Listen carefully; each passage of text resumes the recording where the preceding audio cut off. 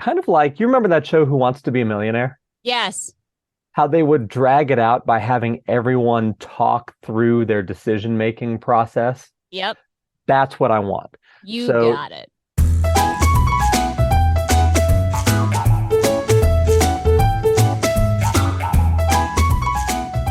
hello and welcome to Think Like the Test. I am Ben Caldwell. I'm a licensed MFT here in California, and I am the guy whose name is on Ben Caldwell Labs.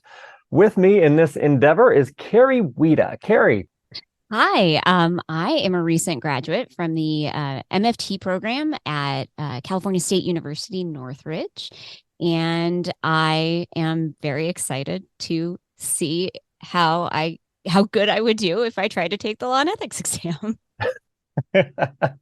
So, yeah, we should let people know the intention here with this podcast is that on each episode, you're going to walk through one practice question from a mental health exam. We'll actually mix up the particular exams a little bit along the way, but you're going to talk about your process. And I specifically asked you not to prepare in advance of this. So you're coming in cold. The questions that we're doing, you have not seen before.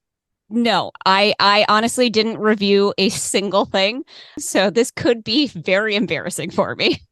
Fantastic. Now, for people who know you from elsewhere, they might recognize that you're coming one step closer today to your life goal of hosting as many podcasts as possible with people named Ben.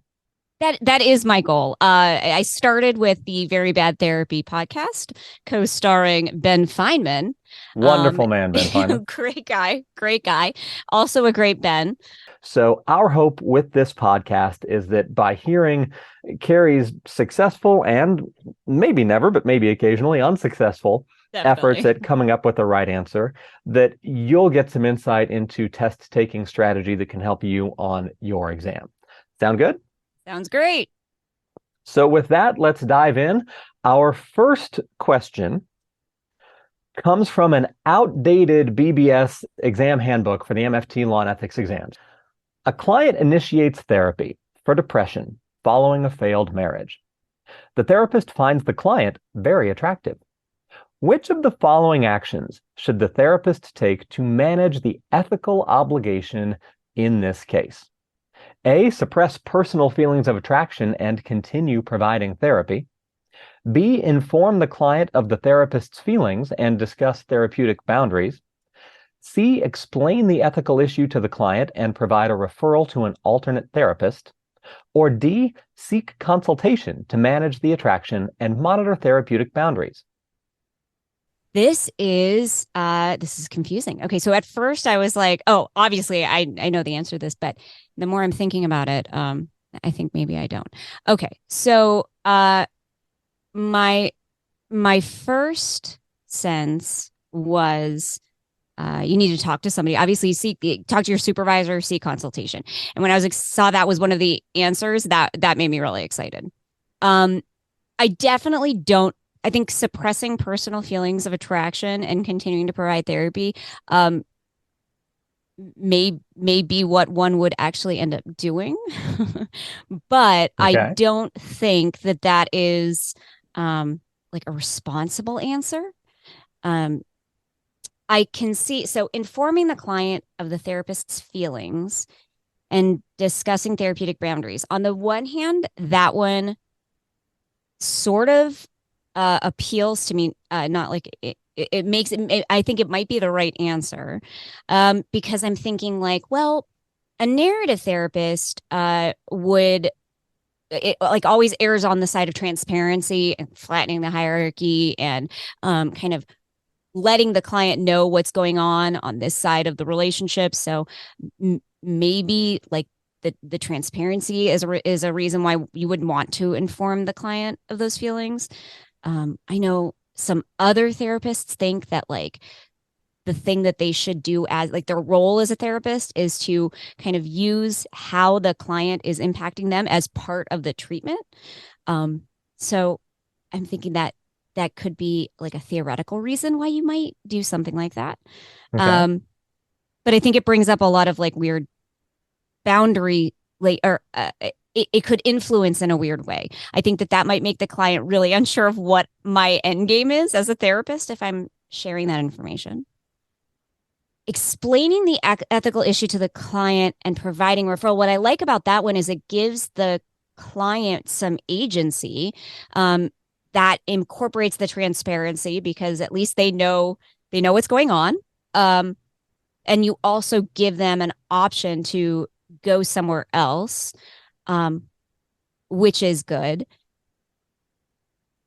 But I I think at the end of the day, I think if you inform the client of your feelings, I, I think that that might be putting the responsibility for your feelings on the client. And I'm pretty sure that's just like always a bad idea. So you're going to rule that one out. You don't think it's a good idea for a therapist to tell a client, hey, by the way, you are super hot. Mm-hmm.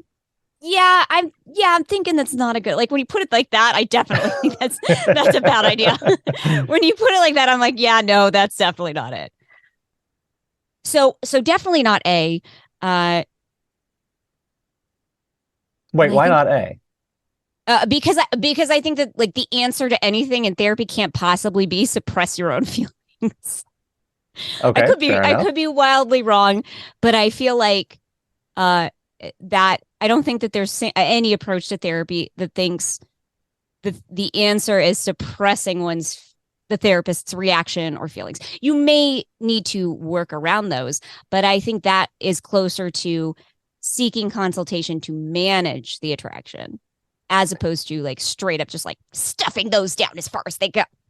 Okay, so I hear that, but let me ask you about kind of self of the therapist stuff. Might there be times when a therapist has something else going on in their life that is impacting them?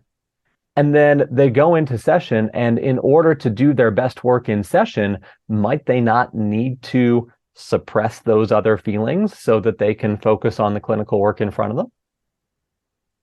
I mean, yes, I think so. But I kind of and maybe I'm looking at this totally wrong, but I kind of still default to uh there's suppression, but then and this is why D is a more attractive answer to me.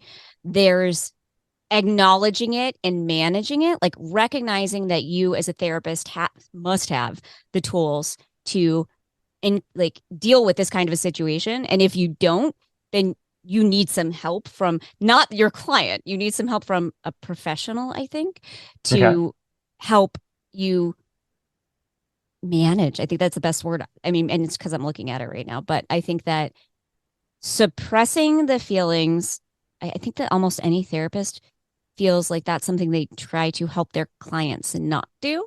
So I have a Hmm. hard time imagining that that is what we should do in a situation. Trying to deny that something is happening, you know it's going to like leak out in some other way. Right.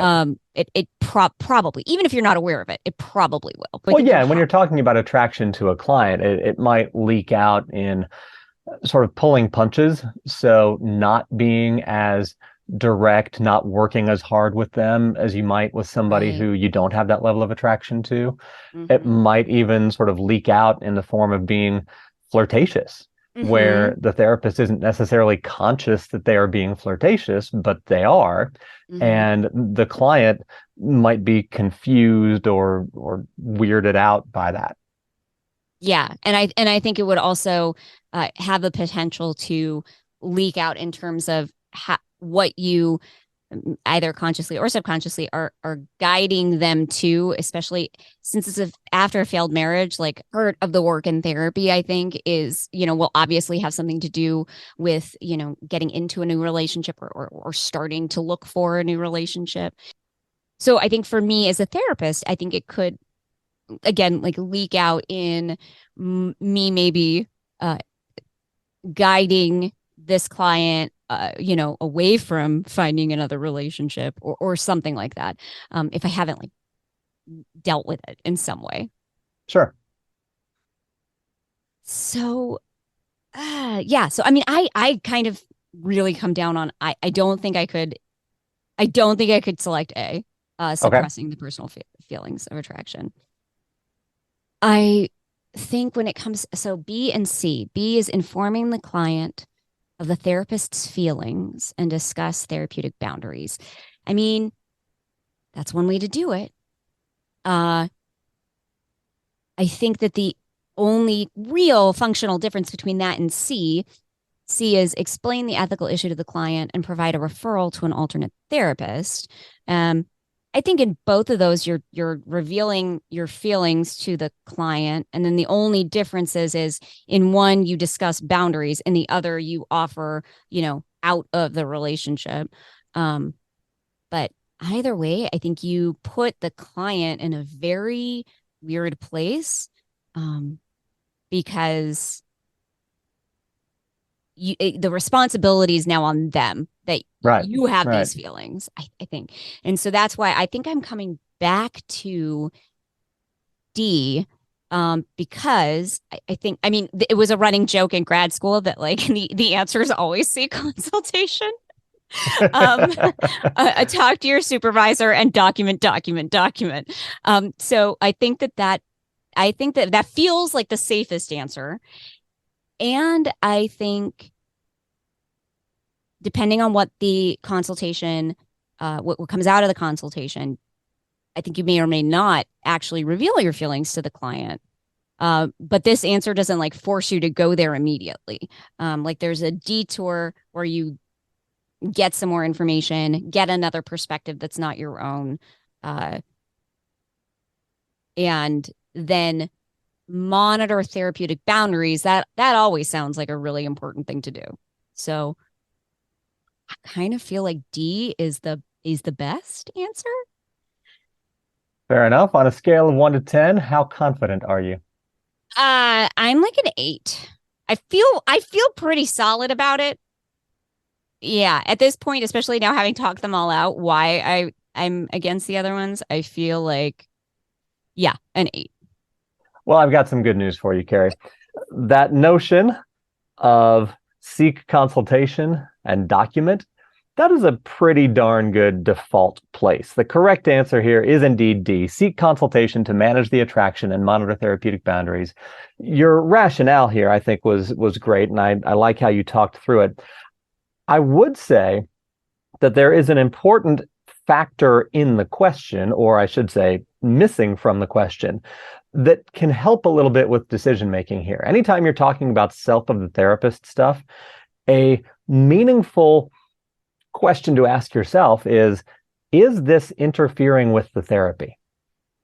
And in this question, we know that the therapist finds the client very attractive. We don't know that that's interfering with the therapy. We are expected, of course, to monitor ourselves for impairment, to keep an eye out for the things that could be sort of coming out sideways.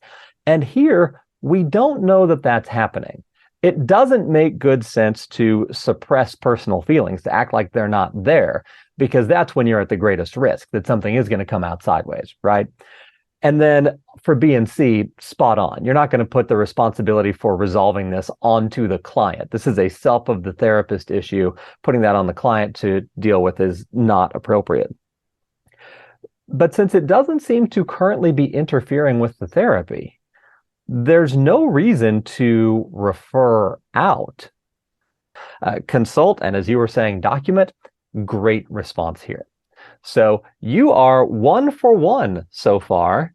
You are at 100%. Congratulations. Thank you. Is that an A+? Because I do love an A+. It is an A+.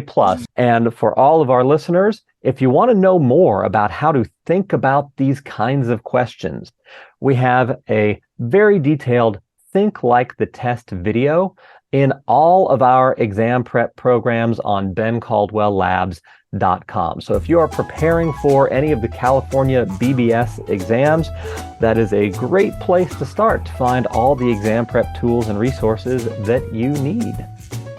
We'll see you next time.